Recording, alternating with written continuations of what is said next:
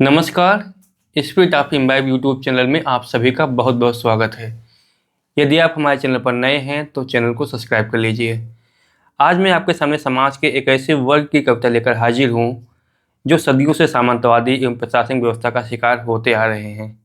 इस वर्ग के वास्तविक स्वरूप को जानने के लिए आइए मैं आपको लेकर चलता हूँ चमारों की गली, जिसे लिखा है आदम गोंडवी साहब ने। आइए महसूस करिए जिंदगी के ताप को, मैं चमारों की गली तक ले चलूँगा आपको। जिस गली में भूखमरी की यातना से ऊब कर मर गई फुलिया बेचारी एक कुएं में डूब कर। है सधी सिर पर बिनौली कंडियों की टोकरी, सामने से आ रही है हर खुआ की छोकरी। चल रही है छंद के आयाम को देती दिशा, मैं इसे कहता हूँ सरजू पार की मोनालिसा। कैसी यह भयभीत है हिरनी सी घबराई हुई, लग रही जैसे कली बेला की कुम्हलाई हुई।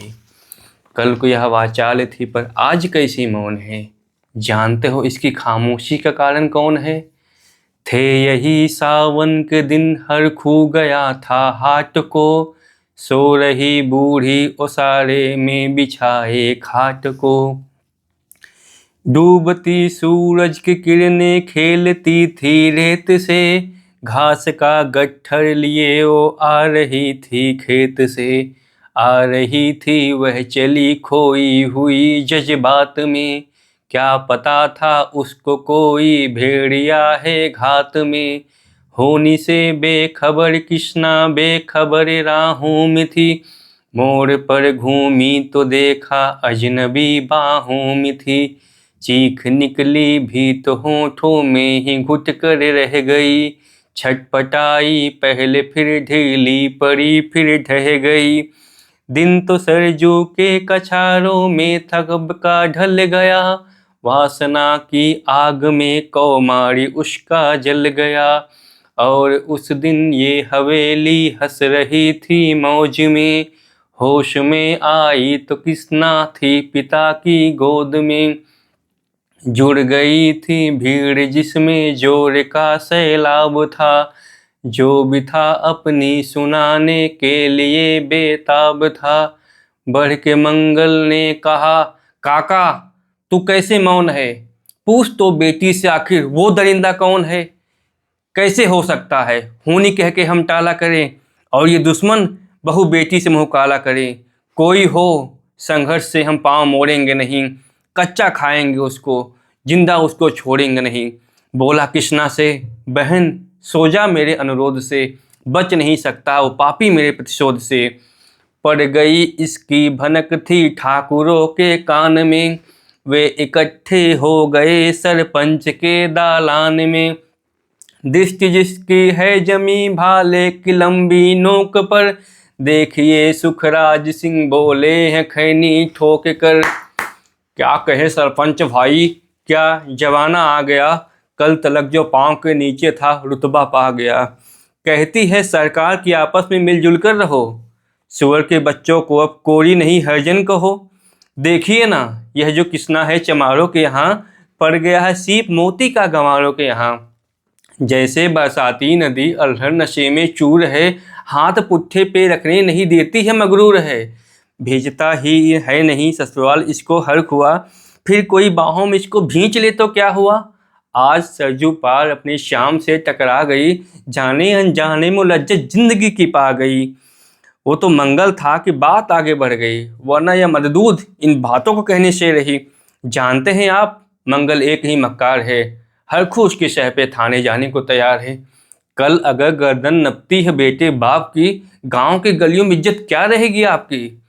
बात का लहजा ऐसा था कि ताव सबको आ गया, हाथ मूछों पर गया, माहौल भी सन्ना गया। क्षणिक आवेश में हर युवा तैमूर था, हाँ मगर होने को कुछ और ही मंजूर था। रात जो आया नब तूफान वह पुरजोर था, भोर होते ही वहाँ का दृश्य बिल्कुल और था। सिर पे टोपी बेंत की लाठी संभाले हाथ में, एक दर्जन थे सिपाही ठाकुरों के साथ में। घेर कर बस्ती का कहा हल्के के थानेदार ने, जिसका मंगल नाम हो व्यक्ति आए सामने। निकला मंगल झोपड़ी का पल्ला थोड़ा खोलकर, एक सिपाही ने तभी लाठी चलाई दौड़कर। गिर पड़ा मंगल तो माथा बूट से टकरा गया। सुन वो माल चोरी का तूने क्या किया। कैसी चोरी माल कैसा, उसने जैसे ही कहा। एक लाठी फिर पड़ी, फिर होश फिर जाता रहा। होश खोकर वो पड़ा था झोपड़ी के द्वार पर। ठाकुरों से फिर दरोगा ने कहा ललकार कर, मेरा मुंह क्या देखते हो, इसके मुंह में थूक दो। आग लाओ और इसकी झोपड़ी भी फूक दो। और फिर प्रतिशोध की आंधी वहां जलने लगी। बेसहारा निर्बलों की झोपड़ी जलने लगी। दुधमुहा बच्चा व बुढ़ा जो वहां खेड़े में था, वह अभागा दीन हिंसक भीड़ के घेरे में था। घर को जलते देख कर वो जोर से रोने लगे। कुछ तो मन ही मन मगर कुछ जोर से रोने लगे। कह दो इन कुत्ते के पिल्लों से कि इतराए नहीं, हुक्म जब तक मैं न दूं कोई कहीं जाए नहीं। यह दरोगा जी थे, मुंह से शब्द झरते फूल से, आ रहे थे ठेलते लोगों को अपने रूल से। फिर दहाड़े इनको डंडे से सुधारा जाएगा, ठाकुरों से जो भी टकराया मारा जाएगा। एक सिपाही ने कहा, साइकिल किधर को मोड़ दें, होश में आया नहीं मंगल कहो तो छोड़ दें। बोला थानेदार, मुर्गे की तरह मत बांग दो, होश में आया नहीं तो लाठियों पर टांग दो। ये समझते हैं ठाकुर से लोचना खेल है, ऐसे पाजी का ठिकाना घर नहीं है जेल है। पूछते रहते हैं मुझसे लोग अक्सर ये सवाल, कैसा है कहिए न सरजू पार की किशना का हाल। उनकी उत्सुकता को, शहरी नग्नता के ज्वार को, सड़ रहे हैं जनतंत्र के मक्कार पैरोकार को, धर्म संस्कृति और नैतिकता के ठेकेदार को, प्रांत के मंत्रीगणों को, केंद्र की सरकार को मैं निमंत्रण दे रहा हूँ, आए मेरे गांव में। तट पे नदियों की घनी अमराइयों की छाँव में, गांव जिसमें आज पांचाली उघाड़ी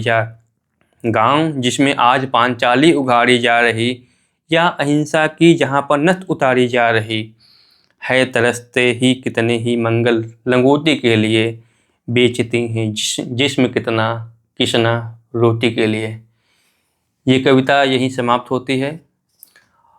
उम्मीद है ये कविता आपको बहुत पसंद आई होगी। धन्यवाद।